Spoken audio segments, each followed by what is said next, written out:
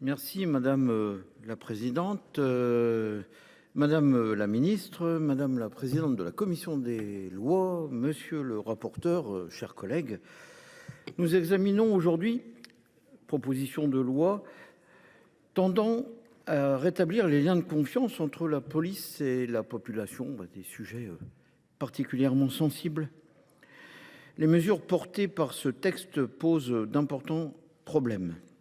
En ce sens, nous rejoignons les positions du rapporteur, que je remercie, François Bonhomme, ainsi que ses collègues de la commission des lois, car à l'heure où nos forces de l'ordre ont plus que jamais besoin de soutien, ce texte paraît particulièrement malvenu d'une certaine manière.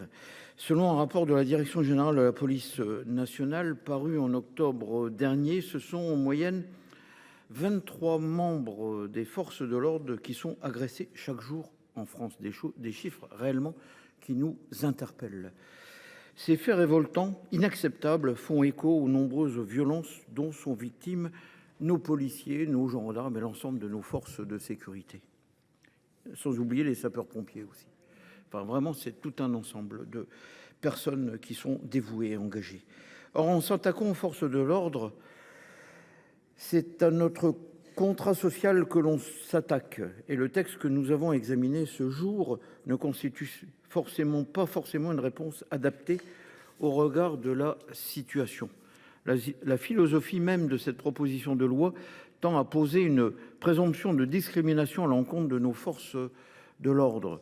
Les chiffres parlent d'eux-mêmes. Selon le rapport de la Commission, sur les 4 856 signalements reçus par l'inspection générale de la police nationale en 2024, 29 dénonçaient des propos discriminatoires tenus ou en cours de contrôle d'identité, soit moins d'1% des signalements. En 2023, le Conseil d'État a d'ailleurs explicitement écarté le raisonnement attribuant au contrôle d'identité discriminatoire un caractère généralisé ou systémique. Les actes d'une minorité d'agents ne devraient jamais jeter l'opprobre sur l'ensemble de nos forces de l'ordre qui, au quotidien, travaillent dans des conditions très difficiles pour assurer notre protection à tous. Au-delà du symbole, les mesures proposées par le présent texte ne sont pas adaptées aux réalités du terrain et aux véritables enjeux des contrôles d'identité. Il est notamment prévu d'inscrire dans la loi l'obligation de motiver chaque contrôle d'identité afin d'exclure les discriminations. Ce dispositif est plus incantatoire que réellement utile, pour ne pas dire redondant avec le droit existant. La proposition de loi vise par ailleurs à mettre en place un récépissé de contrôle d'identité dont un double serait remis à l'intéressé. Ce document mentionnerait, entre autres, le fondement juridique et les motifs qui justifient le contrôle d'identité. Une telle mesure alourdirait inutilement les procédures, car rien ne prouve qu'elle permettrait de mieux lutter contre les discriminations. De plus, sa mise en œuvre concrète interroge. Elle créerait une charge administrative supplémentaire pour les agents au détriment de l'exercice efficace de leur mission. Au regard de ces contraintes matérielles, le gouvernement s'y était d'ailleurs opposé en 2016. Ce texte propose également que les contrôles d'identité soient systématiquement enregistrés par les caméras mobiles. Là encore, d'importantes difficultés techniques se posent en matière de stockage des données notamment. Pour autant, personne ne nie qu'il y a un sujet avec les contrôles d'identité, que ce soit au niveau de leur efficacité et de leur modalité de mise en œuvre.